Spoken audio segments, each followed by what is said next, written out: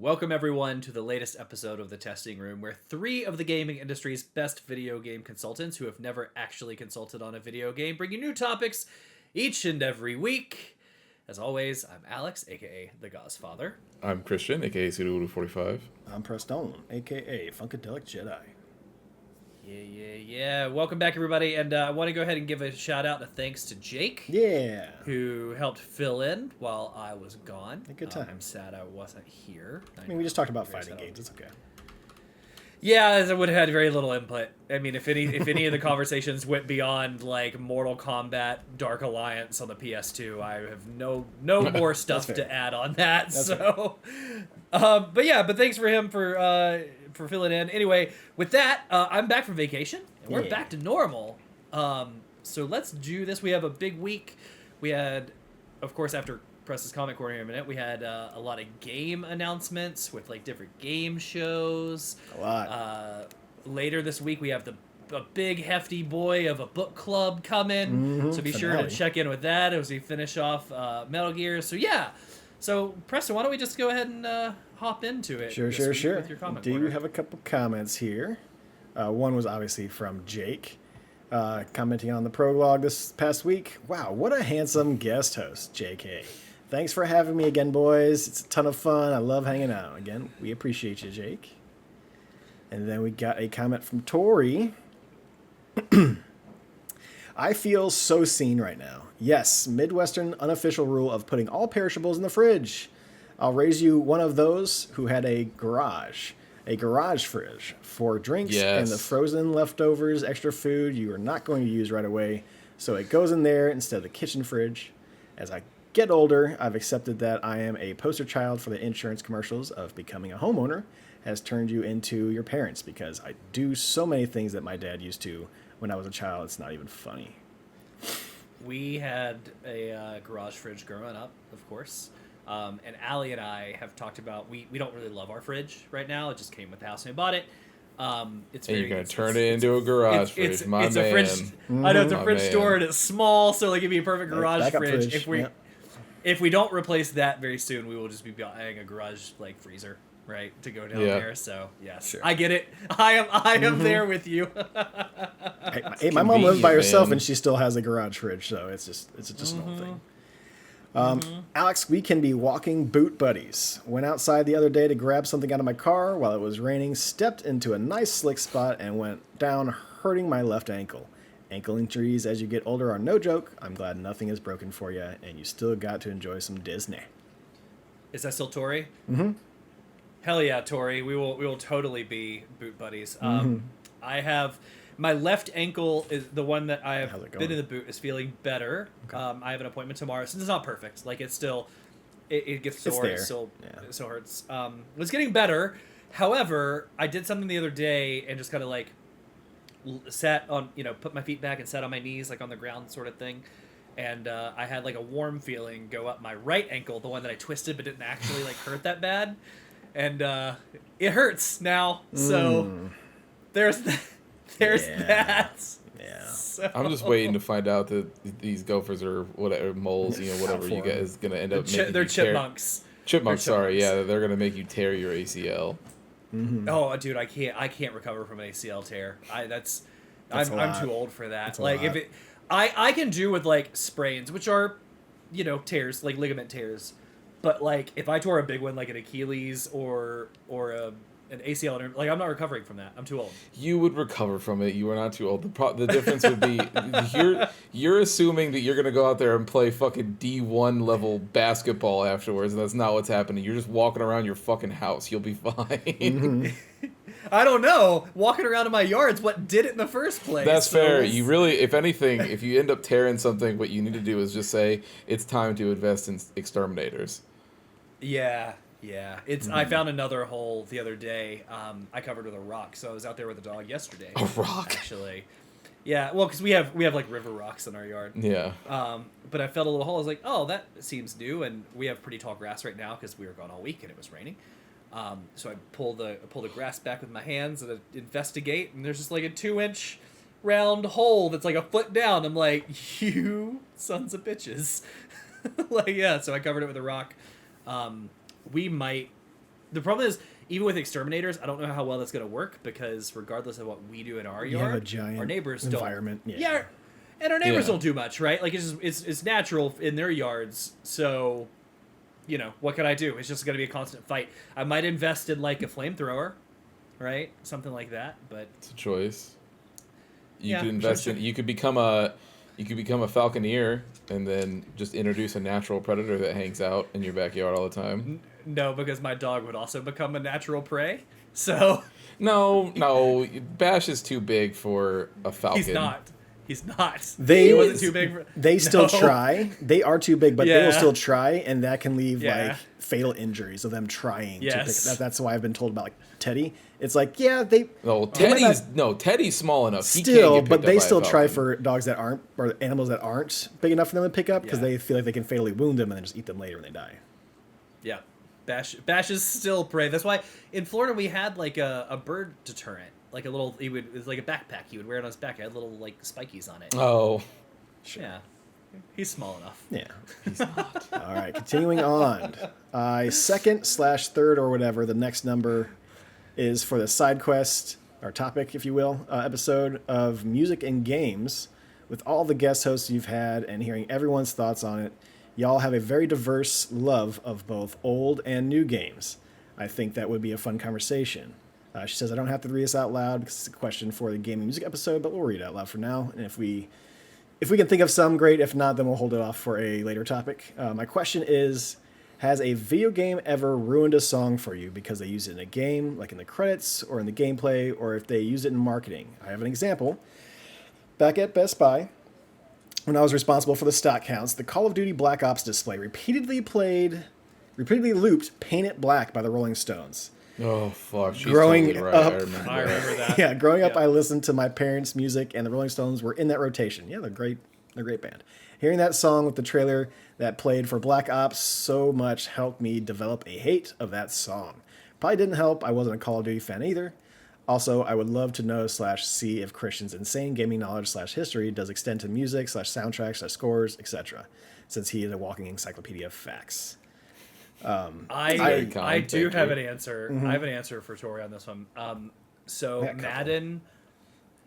Madden, I might have been a 2000-ish game, One of them. but I was young enough to where I would go on vacation with my parents. We were in Pigeon Forge. I don't know, I had to be like 13, 14, so whatever Madden would have been that time. But they had a practice training mode, and they had all of that like modern music. And one of my favorite bands, I still love the band Thrice. And at the time was when Vihisu came out, and they had Artist in the Ambulance on there. And the amount of times they would loop that song during those training little like runs. Like I love Artist the Ambulance, but even still, like sometimes when I hear it, I'm just like, I can't be in the mood for you because I immediately remember like laying on the bed in the hotel room doing these stupid like running back drills, and so that game, for all intent and purposes, ruined Artist in the Ambulance for me. They also had Paper Tigers by them on there too, which is not my favorite song, but also overused on that game. So Yeah, Gears of War loves to overuse that one song. I can't even think about the top of my head right now, but you know the song I'm talking about, the one from the first Gears of War trailer, Mad World. Mad World, you are so wrong on this. They oh overuse That song is that. incredible. They keep using That song's incredible. That song is incredible, but they overuse it for every and that Gears trailer. trailer is perfect. No, No, trailer's you're good, but wrong. every I Gears went trailer back after and that, watched that trailer They 3 didn't months use it ago. on everyone. No, it's always in the trailers of Gears of War somewhere. I disagree with Preston. I went back and watched that trailer 3 months ago. It's yeah, a good it's trailer. incredible. It's one of the best gaming trailers ever. Not I was to actually mention, going to bring that like, up. Is I'm not a big fan of Imagine Dragons, but in all video game conferences for the past like 10 years, Imagine Dragons is usually used in some way or fashion or form. Not that I hated them beforehand, but my taste for them has grown to more of a hate because of how often I have to hear them over They and used over it and in over that again. Splitgate trailer on this use one. it in But all like sorts of a shit. weird version. it's okay to say. This is not like a dig at anybody who likes them, but there is nothing quicker outside of maybe country music that makes me want to put a screwdriver in my ears, and it's Imagine Dragons. Mm-hmm. Anything, I'm good. I'm good. I don't want it. Please get it away. Like I just can't. I can't do it. But So what I was gonna say was I actually have a funny story about this music thing, and then I'll answer. But Preston was here. It was Memorial Day, and Damien was coming to visit. It was this whole thing. I totally forgot to tell this story up until Alex, you mentioned that your favorite band was Thrice, which was so obviously Damien was all revved up. One of my favorite bands, but I still love them. Yeah. That's fine. I'm not. It's not like a negative. I'm not. But so.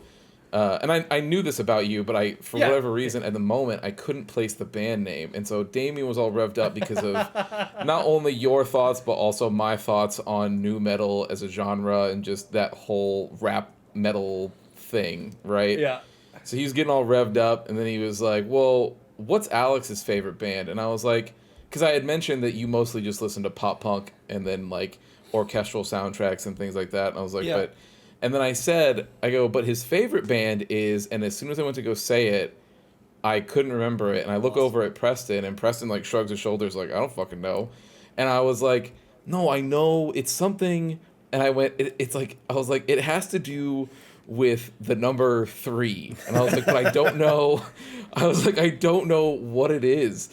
And then Damien is extremely unhelpful in this moment, and he's like, is it 3 Doors Down? Is it 3 Days Grace? Or and I was like, no, nothing that simple. I was like, but it's like, I know it has to do with the number 3 for whatever reason. And when then Alexa was like, isn't it Thrice? And I was like, oh my God, that's what it is. And as soon as I say that, Damien goes, really?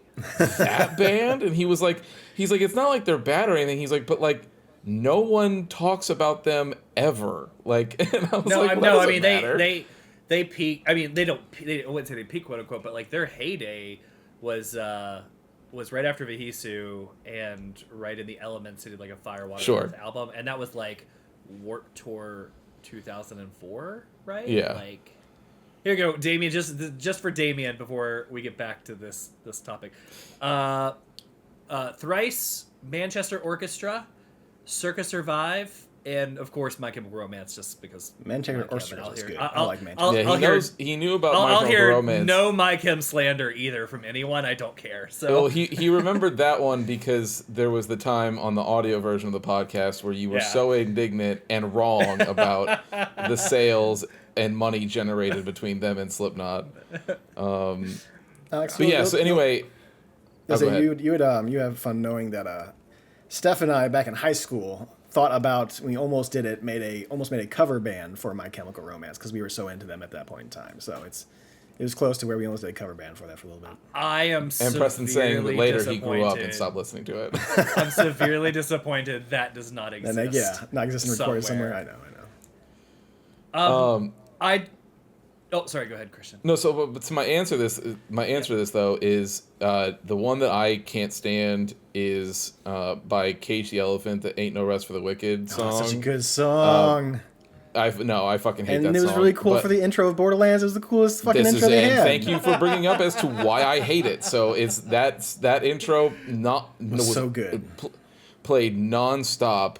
All the time where I was working at the time, and it just never quit. And I was like, I hate this. I want this to end. And then it didn't help the fact that I also I don't like Borderlands. So it was just like this song on a game that I don't like. The opening scene for it with all the slow-mo and stuff like that with it, it was perfect. It was great. I did not want anything to do with it. But I was going to say, though, which was the one that Alex and I agree on, the good one is Mad World by in the first Gears of War one. It is the best one. It's like the best trailer that has probably ever been created. Yeah. And it has the best song to go along. It is so perfect. I would not... And Alex, to your point, you even watching it 3 months ago, I can go back to that trailer a million times. It never... I'm like, yeah, it's still perfect. Yep. And there is even proof about how good it is because it's the only reason that Gears of War got funded in the first place when Cliff played that trailer for all those executives and they were like, I'm not saying it's a bad song. Done. I'm just saying I hope they redo the same trailer with the same song with the remastered footage. Did you watch the remaster trailer for Gears of War 1 that's coming to PS5? Thing? Yeah, because I think they have like a little tone in the back, like you can hear like, oh, around me, like just like in the very end of it, you can hear like, okay, all right, guys, all right, I get it. I thought of one more actually while we were talking. So I Believe in a Thing Called Love was on Rock Band. Okay. Oh, And yeah. no, it was on Rock Band at the same time that song in general was absolutely everywhere. Mm-hmm. And yeah, I can't with that song anymore. Yeah. Yeah, no, those are the ones I think of off the top of my head. I'd have to. I know there's good more, ones. though. If you want, I mean, we'll have a whole episode about good ones because we can sit here and talk about all the Tony Hawk Pro Skater games, Crazy Taxi. Like, there's a lot of games that have like the like licensed. We should music. We'll do licensed. Honestly, what we should do is we should get those people on, and we can get Damien on too. But we should do a top 5 best and top 5 worst, and then just go around the horn of like licensed songs and games or something like that. Yeah. Sure. Yeah, that'd be fun.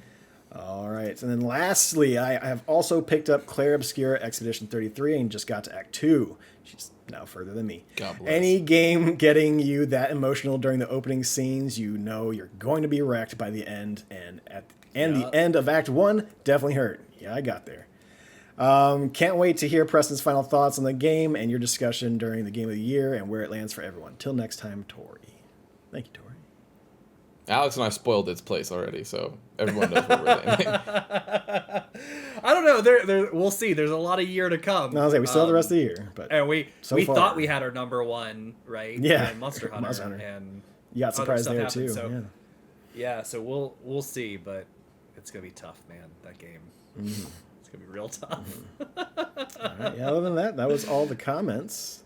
So if we want to get into the weeks, because I'm sure we'll have a nice fat one. Yeah, who wants to go first? I can go first. Okay.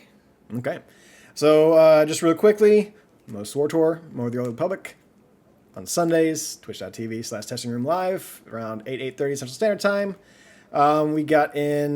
We almost finished up Complete Another Planet. I think it's a good, like, safe to say that, like, every planet's about 3-ish hours long. If you want to do your class main quest and like the planet main quest, because each like planet has like their own like little small side story that kind of goes along with the character story and the world that's happening. The update though, well, it used to be before the update that the class stories would pop up just like your planet stories would pop just like the class stories would. So it'd be put down in purple in your mission log, right? But they updated that because they wanted to help people streamline them to the main content if they wanted to get through the story. So they took it down, and now those planet main missions now just look like all the other ones. So now you got to find them. Now, luckily for this last planet, the dude was sitting there right in front of my shuttle after I got off. He was the dude I needed to talk to for the story content. Cool. But for those who want to get, not to do all the side quests, but would like to get the story one, because those are more, adhered to like what goes on later on in the game. It's a little harder to find now. So you either got to click on everybody and hope you find it, or you just got to Google it, which is kind of not so. It kind of sucks, but so far it's working out fine for me. I still like SWTOR. Nothing too crazy to add to that as well. Other than that, we did have a full weekend of Summer Game Fest. I did stream the Keeley one, the one that was in between everything, the kind of the main stage, if you will. There was only one problem with that, is that it was kind of mid. So there wasn't a whole lot of reactions and stuff like that. I thought about putting up a little edited down, like fun version of it on the YouTubes, but there was just so little happening, at least with my reactions, that it just wasn't worth even publishing. So Christian showed up a little bit towards the end. We had a little bit of fun just hanging out, kind of watching some of this stuff, but it just seemed, the way I was talking to Alex and Christian about this earlier today was, it feels like Summer Game Fest is like become more like E3, to where it's like a whole weekend thing, right? To where you're going to be wanting to see the PlayStation conference, the Xbox conference, and maybe like something like, Devolver or something like that, for their own special conferences. And this is like if E3 did their own outside of all that, being like, here's all the games that those guys haven't covered, we're going to give you some more. I mean, there were some cool things like the Lies of P DLC had a release date, which was that day, which was like a cool, like kind of shadow drop thing. A couple other things that they put into Resident that. Evil 9 fake out. Yeah. They at first said like, yeah, we're making it or something like that. We'll tell you more about it later, and then later ended up being the end of the show. So they did give us a little teaser for new that RGG game. New RGG game. Season 3 for Street Fighter 6. Mm-hmm. We had some good. I still think we had some good stuff. Wasn't bad. It was just Hollow there. It wasn't anything like the Game Awards, to where like I'm popping off on some of these things. And maybe it just wasn't a show for me as far as what was shown. I did, however, I haven't played it yet, but I did, however, download Fortnite because Fortnite is doing like a big Death Star event thing. To where you're even flying in X-Wings and stuff like that. So I'm like, I might want to try it out. I downloaded it. We'll see if I launch it. I don't know. I put that there just in case I get bored one night. If I might jump into it. But it's like a timed thing, so I want to try to get to it soon. If I do get to it. Other than that... I saw listeners, he is going to launch it, by the way. I saw a great quote by Tim Sweeney the other day, who was just like, I thought in the battle with Apple, we would be off the App Store for a couple of weeks. Right? And then they just couldn't afford to not have us, sort of thing. Like, we would be back. It's been 5 years. Yeah, 5 years? Yeah. Oh my God, I cannot believe it's been 5 years. It hasn't been 5. That number's too long. I think it was 3 is what it was. But it was, like, significantly longer than what I thought. Still. More than a couple days. And significantly longer than what he thought, which is very funny. It's very funny. Right up until this moment, gun to my head, you could have told me that happened 6 months ago, and I would have believed you. 3 years is crazy. Yeah. But I thought that was funny. Like, we thought it'd be like 2 weeks. Other than that, like, I mean, we're not going to cover every single trailer that happened because there was a shit ton of trailers. Like, go look up some of the showcases if you want to. Go look up some articles online of like what was shown, and if anything grabs you real quick. I will talk about a couple of the demos I played. As far as what was available on Steam at the time, they might not be available by the time you're listening to this episode out there.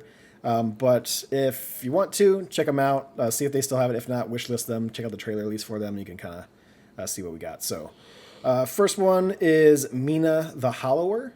So this is from the Shovel Knight company. They finally got another new game going on.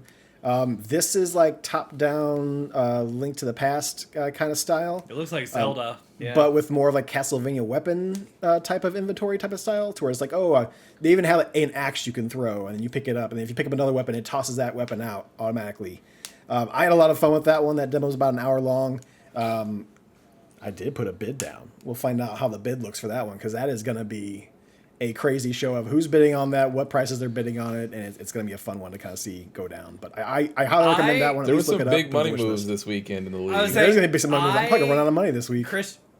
Christian threw out $28 on one. I was like, man, some of these boys are throwing around too much money for me. He just didn't want Ian to have it. Or that's it. And also, that game is like it's guaranteed. It's guaranteed, so I'm not missing it. Yeah, but just like I saw the money being thrown around, and the also I love how we're talking about this like it's real life money. No, it's definitely not. But just the money thrown around on some of the bids this week. I was like, for the league, they give you a budget, you have to bid on them based off of money and that you have in your league. So people are here to play. They are. So next up on the list is called Terra Tech Legion. I was watching this. It looked pretty fun. I'm like, okay, I'll download it since it's got a demo out. This is a very, very fun game. So anyone who's a fan of like Vampire Survivors or anything like that is like an auto shooter kind of deal. But this one, you are building a vehicle. So it's very like Lego style, to where you start off with like a platform that has wheels on it. You put down like 1 or 2 weapons, and then you're going around. It's auto shooting. These hordes of whatever robots, aliens are coming at you. And the more gems you pick up, it'll drop down like a chest. You go over there, you pick up, you get a couple things out of it, maybe a couple weapons, but you can also get blocks as you're killing items, or killing enemies. Those blocks you would use to like make the surface of or just make the vehicle bigger, right? You can add on more tires, things like that, to where you can increase the surface so that you can put more weapons on it. So like you can just stack that thing super high, super wide, super long. And as you're getting weapons, like they're like, okay, this weapon needs like 3 blocks to put down, so you want to make sure you have a space for it. But also those blocks that make your surface area bigger, that's also health upgrades. So if I put down a block that's 2, I'm getting like 200 health, or it's not that makes it out. But I thought it was cool that like even the expansion of like your space on your vehicle, because it's making it bigger, you have more surface area. That means that you have a higher HP, which I thought was a really cool idea. But I'm sitting there putting on like, it's got grenade launchers, auto turrets, like all this like electricity, like, Tesla coils on there. And I'm just driving around. It's very like, if anyone played the original Helldivers, it's very much like that, towards like kind of top down. I can push on the trigger, luckily, to accelerate. And then I use the left stick to go like left and right, but it's also always in the same perspective. I had a bunch of fun with it one night. So I'm super excited about seeing that one coming out. If you're at I forgot why you were saying it like that, and then I remember that you played the driving game that had the acceleration on the stick that pissed you off. It did have the acceleration on the stick at first. And then I looked, I'm like, like, okay, I'm like, well, that's, I hate that. And then I just press some other buttons. I'm like, oh, there is a gas button on here. So yeah, you can do it. Okay, all right. But yeah, Terratech Legion, definitely check it out if that made you interested at all. Sword of the Sea had a trailer.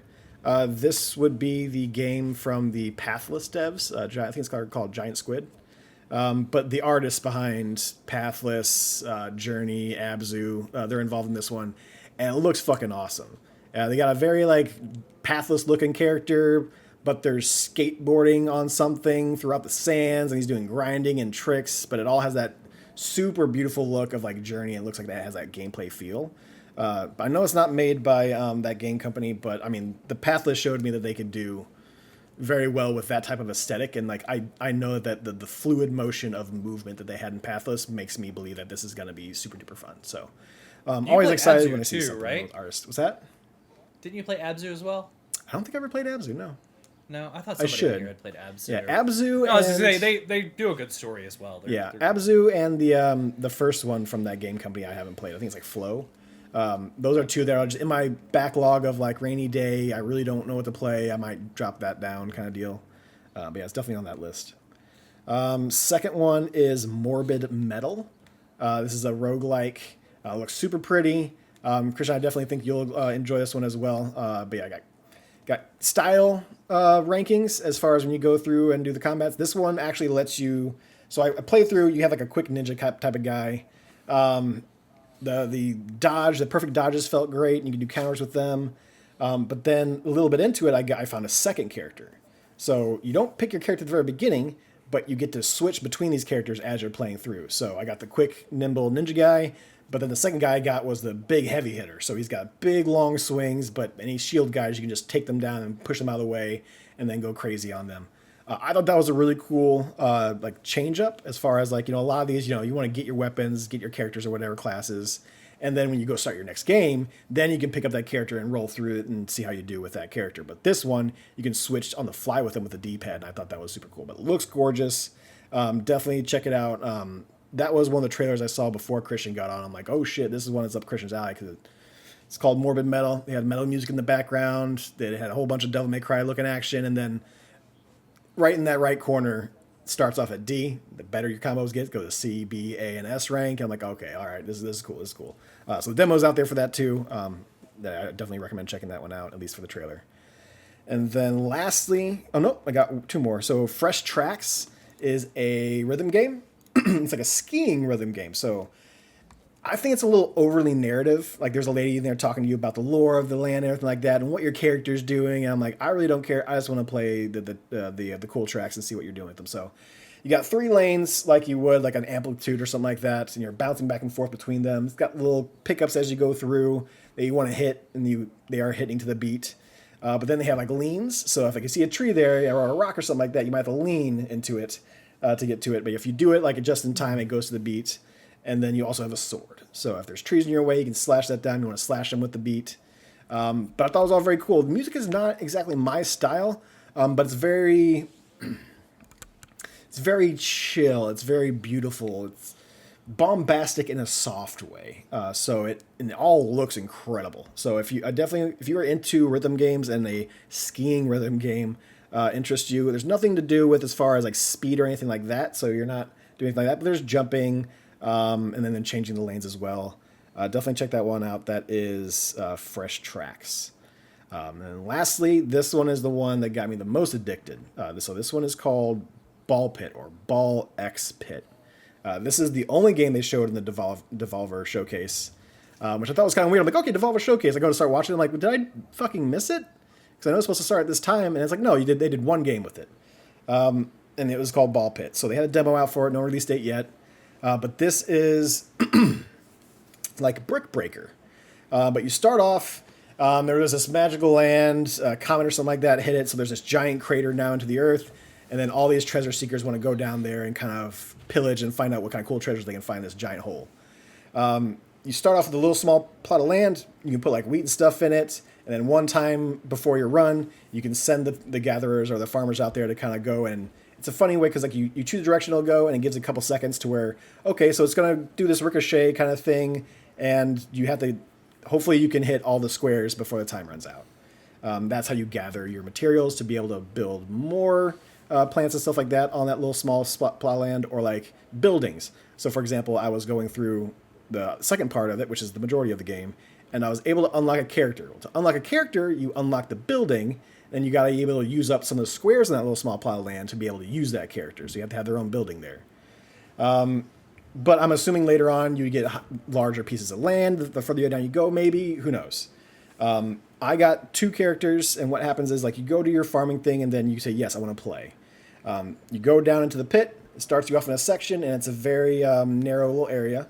And your character is shooting balls up, and you're doing the brick breaker type of deal, right? So it's shoot a couple balls up, and then you'll get little gems to upgrade once you level up. You get to choose like 1 out of 3 weapons that they give you a random roll on. So it could be one that, when the ball hits an enemy, it causes bleeding. This one is electrical ball. This one's a fireball, can cause fire damage and burn. And so you're doing this as the enemies are slowly coming down towards you. So you're picking them off as you go. And it fucking hit an itch for me. Like, I love brick breaker games. Like, those are a lot of fun. But they get kind of samey after a while. Like, maybe you put some weird like balls in there. Maybe they change up like the art design behind it. But it's always kind of the same deal, right? This one completely changes how you play a brick breaker game. I one time got a couple upgrades, and it feels like Vampire Survivor upgrades when you come to like your leveling up. So you can pick up the same type of item. It brings up an extra level, so you do more damage, or it goes a little faster. I was able to find like a modifier that let all balls go through enemies until they hit the back row. So all my balls, if I had a bunch of enemies coming down at me, the balls would go past the enemies, hit the back row, and then get stuck back there. But they're just going, hitting all the enemies. Well, I also found a modifier that it increases the damage the more bounces you get until you gather the ball back. So anytime a ball gets past you, or if you get in front of the ball as it's coming back, you can grab it. If it hits the back behind you, it's going to automatically come to you, and then you can shoot it back out again.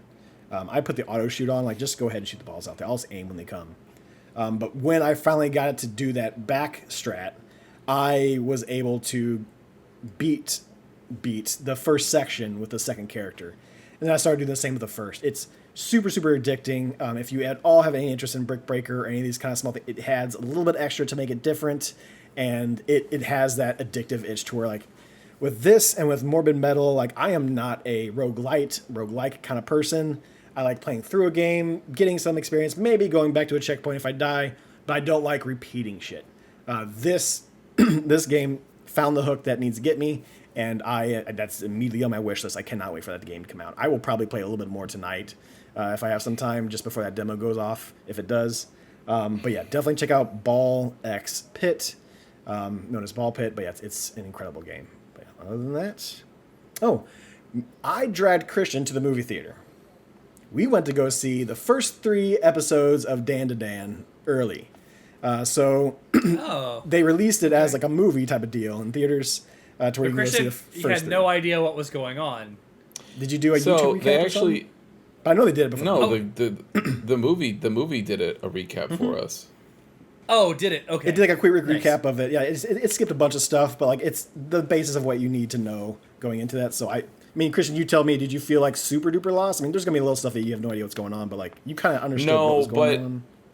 Yeah, I understood what was going on. I also also enough. It was yeah, and it also gives you just enough to know, like, yeah, I had the right feeling about this show. Yeah, which was fine. But I think the main thing about that I'll say just before you keep going is, from my point of view, I think I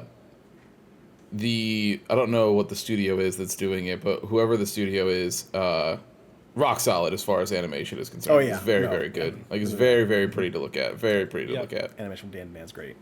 But yeah, no, we enjoyed it. I'm not going to talk about it too much because I don't want to spoil it for anybody, because those 3 episodes aren't even out yet. Those episodes come out in July, and I'm pretty sure they're going to do it episode by episode per week. They're not going to drop probably the first 3 episodes just because it's in a movie form.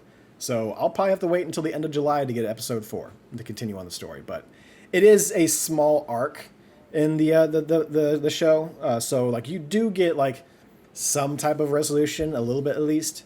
It's not like here's done with episode 3.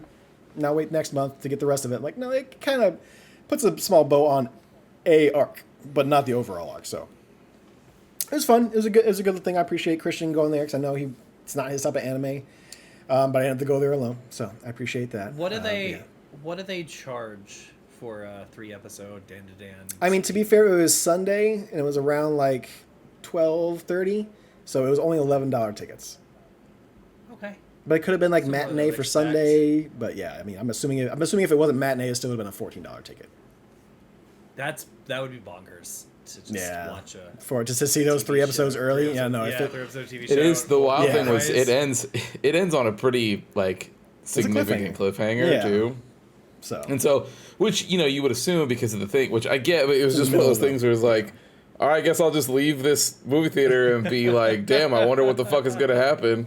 But then it's like, because when the show gets released too, it's not going to do the, if they do it episode by episode, you're still waiting another 3 weeks past when the show comes out. This is like early access to those episodes, like if you wanted to watch, like, I've never like done that. Like I've seen like anime movies to where it's been like Dragon Ball or My Hero, to where it's like, okay, it's a small side thing. It's not really going with the story. But this one is like, hey, we're releasing the first 3 episodes. I'm like, okay, well, is it going to do something different? Is it going to do something? No, they just wanted to release it in theaters. But okay, well, I know better. I'm not going to bother next time. Popular right now. So. Oh yeah, super popular. So yeah, they got people in the seats. I'm sure it made a ton of money. The only thing is they didn't show an intro. They didn't even show the original intro, which I was kind of disappointed by, because I think the intro is amazing, and I really wanted Christian to see that. The intro is amazing. But they didn't show a new one. I'm worried about what the new one's going to be. That makes a lot of sense because I was at Disney, like downtown Disney, on Sunday, and I saw a girl with a couple of guys, but the girl was cosplayed as the main character. Oh, sure. The main female, and I was pink like, sweater, blue skirt, white socks, black, like the whole get up with a wig. She's wearing a wig too, as a matter of fact. Like she had all of it. And I was like, well, I'm a Disney. Like, Disney, it's not uncommon for people to cosplay, but like it's very uncommon for people to cosplay something other things. Than a Disney character. Yeah. But now that makes sense. There's probably a movie theater there, or she was going to go see it. Yeah, that day. She probably saw that. For sure. Okay. But yeah, that's my week. All right. I can go next because Preston did forget a couple things. We played some fighting games this weekend. We did. I didn't want to we talked a lot about fighting games last week, but yeah, if you want to come in and talk about how you beat my ass for 45 minutes and I beat your ass with Potemkin a couple times, yeah. Yeah. So we played some fighting games, got some more sets in with the new characters. It was really fun. It was a good time. The Street Fighter stuff, we were there. We didn't participate in it, but while Preston and I were playing was when the All Rashid tournament was going on. All Rashids, yeah. And you got all the extra points for playing as Rashid, so that was fun. But those games are still great. The only reason I was bringing that up is because it's really one of the only other things that I did this week outside of I'm chipping away at 14, and doing that stuff, and then playing some more Yakuza. And that's about it. The only other thing that I spent... Huh? You beat a game. Oh, yes, I did. You're right. I thought I talked about that, but I didn't. I talked to Preston about this. Yeah, you talked about me and Jake about finishing Death Stranding. No, I know. I didn't finish. I didn't talk to you guys about finishing it. I hadn't finished it yet. All right. I talked to you about finishing it when we were at the theater, but that's why I thought I had talked about it here. Yeah, so the end there is that I did end up finishing Death Stranding, and I won't talk about it right now because Alex is still going through it, and we can have like a larger discussion when he gets done. But I mentioned before that when Chapter 9 came, I almost quit the game again until some things started happening, and then I was like, okay, cool, I can keep going. And then it literally was wild. That game had more cutscenes and story and lore happening between chapters 9 and 14 than the entire game up until that point. I mean, there's not a lot of cutscenes before that point either. I mean, so to say there's even more, like there's a good amount in the beginning. There's some in the beginning. There's some in the beginning. The first 2 chapters is a good amount. Yeah, and then you hit chapter 3 to 9, and there's just kind of fuck all, and then you hit 9, and then they're like, hey, we'll give you some more stuff, and you're like, right on, and then it goes from there. But like, it kind of, I don't know, it's I think yeah, it's so weird. It's like this game, it definitely feels like that Kojima had an idea for what he wanted to do and realized that this game, if it was just going to be from like an actual like high quality moment to high quality moment, that this game would have been 5 hours long, 6 hours long. It would have been a movie, an extended movie. Maybe, sure, yeah. But like it would have been about 5 or 6 hours long, and then I think, given the discourse around games and their length and value proposition and all that other dumb shit that we've talked about on here before, I think that chapters 3 through 9 were added so that it reached a 20-hour-ish mark, so that people felt good about buying a $60 game that didn't go on for 6 hours. Even though, like, Preston and I are people who bought a $60 game that was less than 3 hours, and I still think that game's a banger today. Yeah. So, whatever. Just tell a good story, man. You can do whatever you want as long as you tell a good story. Just for reference, the one we're talking about is the Order 1886, which Preston and I have talked about before. But like the collector's edition, so I paid them more than that. I own that. I own that game as well. Oh, I didn't know you played it. I didn't know you played it. But yeah, so then that's that game. But yeah, so then there we go. So like, but that game is 3.5 hours long. But I never once felt like I was being it's gorgeous. Shysted. It looks even incredible for today's standards. We are being shysted because they're never going to give us a sequel. No, we're never getting right. 1987. Yeah, that's a fact. Yeah. I don't even think Ready at Dawn is a studio anymore, to be fair. Yeah, they're still a studio. They're making something. Are they? You sure? I'll look it up. You can continue. Because I thought I thought Sony shuttered them for some, or they put them as a support studio. I think they're doing VR games. Studios required by Oculus Studios as of June 2020. Okay, was closed by Reality Labs in 2024 in August. Okay, so there you go. Yeah, so they're done. And yeah, so like and so we're definitely never gonna get one. But so I think that's probably what happened, and I think the game suffers a bit because of that, and it's mostly because and now I will say I'm not willing to like dock an overall like points or whatever against it for this, because to be fair, I played the game from chapter 1 to 3, stopped for multiple years, and then came back and finished 3 through 14. So part of that is a little on me, because I'm like, Jesus Christ, there's nothing happening. And then so maybe I'd have felt different if I'd have just gotten through it. But at the end of the day, yeah, it was. I got to chapter 9, and I really was like, man, I am struggling. And then a bunch of stuff happens. I think overall I land pretty, like I think it's good. I don't know that I would put it against any of the other Metal Gear Solid games, though. You don't have to go too deep on it, because I'm not far behind you. Like, I am far behind you, but I'm gonna fit it. Like, it is my priority game right now. Yeah. And I really want to talk about this game in depth, because we can now. It's been out for so long, but because you're coming from this with a Kojima perspective of an entire library. Yeah. But I'm coming from this with a Kojima perspective of just... I played 5. Well, I played 5, but 5, like you said, doesn't really count, right? Yeah. No, I'm saying 3 games. Like, you play... Or right. So 4 if I'm counting 5, but yeah. Right. Three games, right? One remaster, 2 remaster, and Zone of the Enders 2. So it's a really interesting thing for me, and I really want to compare these perspectives and talk about it when we... Yeah, I think... That's why I want to... That's why it's my priority.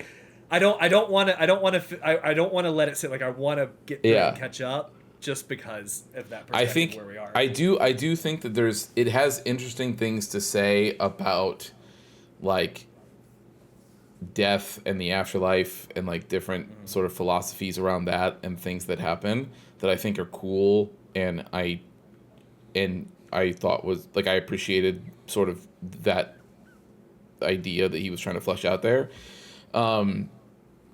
But also it ends in a way, and Alice, you'll see what I mean, but it ends in a way that, like, now that the sequel's announced, I'm like...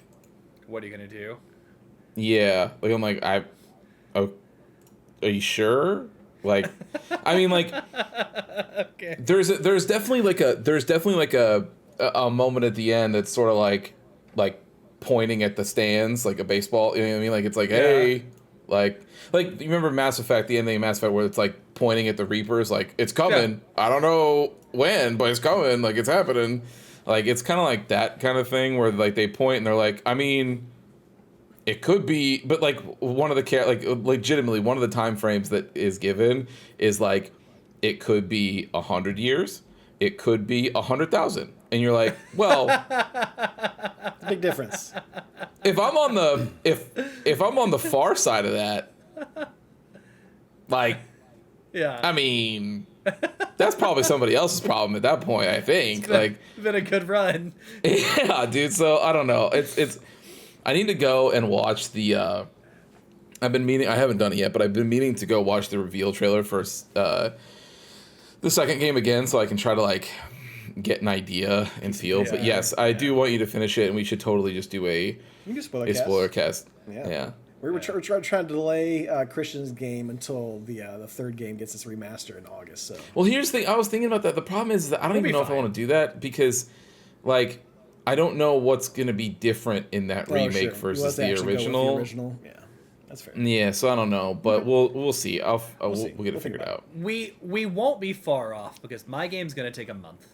Preston goes next, right? And then there's yours. So, like, worst comes to worst, if we want to wait to see, we can do a one-off, something there in between. No big deal. Yeah, we can talk about off screen, but I was even thinking about like, hey, if you want, I can figure out a longer game that will last until then. But we'll see. We'll see. We'll get to it. Yeah, we'll figure it out. Honestly, it'll be the problem. The only thing I'm worried about is because I am fine with waiting and then like seeing what reviews say, and if because I am worried that Konami will try to change parts of the story or something. Sure. Okay. Yeah. And if they do, then it'll be like, well, that's kind of a bummer. But if they don't, then it's fine. But I don't want to like wait and then them do it or not, and then be like, okay, we're gonna do the original one anyway. You know what I mean? Like, we'll see. We'll figure it out. Shout out to Konami for fumbling that franchise and just going, oh well, let's just remake the stuff we know will make us money. Yeah, I don't know. Together, yeah. That being said, the footage that we saw of that remake at Summer Games Fest looked fantastic. It looked so awesome. Good. So I am very excited for that as somebody who's played it. But yeah, so yeah, I do want to talk about it because I do think that it's I do agree with you. I'm coming at it from a perspective. I've played every single one of this man's games except for Police Knots. And although that you guys even played PT, like you've done everything. So yes, yeah. Mm-hmm. Not that has anything to do with anything really, but yeah. No, just Kojima. Yeah, but he didn't. I mean, there was nothing that he wrote. Like he made a demo and then was like, "I'm fired." Actually, so it's not. But and honestly, some of that stuff it ends up being in Death Stranding. Like you can see something that he was like some of the stuff that he was doing there. Like that's the kind of the weirdest thing is there's so many parts of that game that just feel like they were so, and the development time was so short, right? Like I remember when Keighley brought him out and announced his game and he said it was going to be on PlayStation and it was this whole thing and everybody was like, oh my god, and then he's like, and it'll be out next year, and everybody was like, what? Like, what are you doing? And I mean, so part of it is I think that he just, like the reason it feels sort of cobbled together in certain places is because it was, but now we're like, many years of development into this sequel, and so I'm wondering, like, is this sequel even going to be the same fucking kind of game? Like, are we even going to be doing similar shit? Because there's moments, like, no bullshit, there's moments of this game, of regular Death Stranding, that play out like a Metal Gear Solid game, and we'll talk about it in the spoiler cast that I want to get into, but you're just like, there's a whole other game here, but this section is only 10 minutes long, and so now it makes sense why it's so short, because, like, you probably didn't have that much time, but yeah, I don't know what the fuck he's gonna do. I'm interested, to say the least, but we'll see. That's the only game I've played this week. and I've barely played it at that, just given vacation and other stuff that I've been doing, mostly vacation. So I spent a lot of time. I did chapter 1, chapter 2, which are very cutscene heavy, and chapter 2 kind of opens up a little bit. You make it to your first big city, and then these little outposts, and I spent a lot of time getting up star ratings between the first 3 outposts, only to read and learn that, like, there's such an easier way to do that when you come back. They're just like, just mainline it. Just mainline the game and come back. And also just, God, my opinion on that is that, Jesus Christ, it does not matter. Like, so I wasn't purposely trying to get the stars up. I know. I just, every time I would go to an outpost, they'd be like, hey, Sam, can you do this? I'd be like, I mean... Okay. I guess, right? Yeah. And then, like, I realized what I was doing, and then I was like, okay. I learned that there are 540 side quests in this game, and the interesting thing about them is some are just repeat. You can do them over and over again if you want. So there's that, I guess. There's just no reason. And some of them are like, you can get them done by you'll end up getting an ability later where you can get these little buddy bots that will deliver things for you. And then they'll be like, but, they're not like you, so they might damage things, they might do this, so you will only, even at a best case delivery, you'll only be able to get a rating of a C. You're like, I don't give a fuck. Like, that's fine. Why care? Like, it's just, it doesn't, I have feelings that we can talk, but go ahead, sorry. So I've started to plow through. I think I'm at the end of chapter 3, because I'm about to go to the next big city, like from that. The next big connection point. So I'm moving, and I'll move faster now that I understand not to waste so much time. There's some stuff that feels so good in this game. Like, the shooting. Man, some of the games with some of the guns with their unique styles, like the bolo gun that literally shoots out like 2 little balls, right, and ties people up, and like, it just feels good. And compared to these Metal Gear Solid games, finally in Metal Gear Solid 2, if you're listening to our book club, you'll hear more about this. My hands have gotten the claw down where, like, it's natural for me to do the R1 and the first person shooting and stuff like it's become second nature finally, because it was a lot at first. But compared to that, just like, it feels great to move around and shoot people and take people out in Death Stranding. You'll notice this as we go through the rest of these games and get up to 4, but Death Stranding more or less just plays like Metal Gear Solid 4. Like, okay. And if you think about it, like, you can even see, again, just like all of his other stuff, you can kind of see the evolution of what happens here. Like, in Death Stranding, there is a menu that you are going through and, like, cycling through items to equip things and then doing things like that. Like, it still functions more or less the same. It's just updated to a newer standard that's not. So that's what I was going to say next is, like, some of the stuff feels great. Like, it really does. And then other stuff, like just the whole start menu, like, it's just like, why is there so much stuff on the screen? Like, it has not changed from the games we're playing now. I'm just like, there's just shit everywhere. There's one thing, and again, we'll talk more about it, because I'm also collecting a lot of thoughts on it. There's one thing I still don't understand. I'm 7 hours in of this game, and I meant to text you, and I just haven't, so I was like, I'll just wait till the podcast. What is causing Sam to just randomly fall over in the wild? There's just, like, times where there's, like, a boom, and he all of a sudden just, like, loses his grip and goes to fall over. The idea is the same thing that makes it so that when you're walking through your backyard, you fall. So just, like, random... But, like, it's almost like I can see rocks, and I can avoid rocks or step over them, but literally, like, there are times... Yeah, but you'll be walking on grass, and then you slip. No, maybe. I guess. I just feel like it's associated with an audio cue. Mm-mm. No, and he just falls over, and I'm just like, what? No, why? it's literally like, to my understanding, as far as how it works mechanically, there is just a little dice roll that's going on in the background anytime you're in. So you can actually see. So if you use the little fucking robot dude, and he fucking scans out the environment, right, and does the pulse, and it shows you, like, the general grade of everything that you're walking on.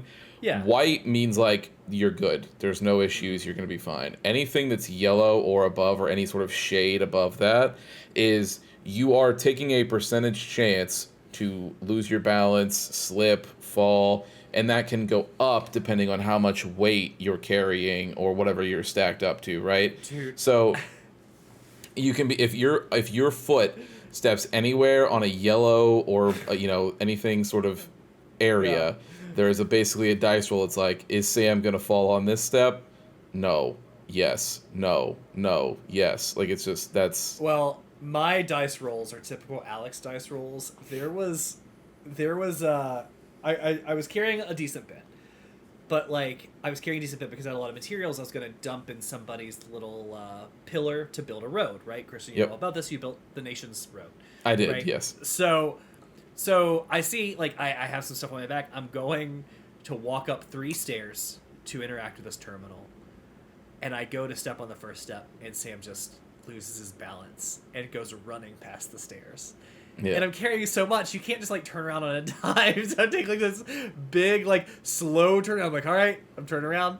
And I go to take a step towards the stairs, and he just loses his balance the other way. Mm-hmm. And I go sprawling the other way, and I run past the stairs again. And I was just, like, I was actually getting pissed. Yeah. Where I was just, like, heavy breathe out, like, oh, video game. I had a moment. I'm gonna kill you. Yeah, I had a moment where there's a point where you'll start crossing some mountains and you'll have to go over some snowy terrain and different things. And I had one where I knew. I looked at it. I saw like a jump down to a ledge basically, and I said, "This feels like I can do this, but I know the second I do this." I'm going to land, he's going to be off balance, is going to throw himself forward, and then everything that's on my back is going to go flying down this mountain. And so I was like, let's just see. And so I hit start, hit save, and then I went, jumped, and it played out exactly how I thought. And all this stuff goes tumbling down, and it's just taking damage, and it's tumbling. And I keep seeing the thing pop up. It's like, 20%, 15%, no integrity left. And I'm just like, start, load, go back, okay. And then I walk all the way fucking around, because now some people could be like, just put a rope down, put a ladder down. I would. I didn't have one. So it's not, I was already out. So it's fine.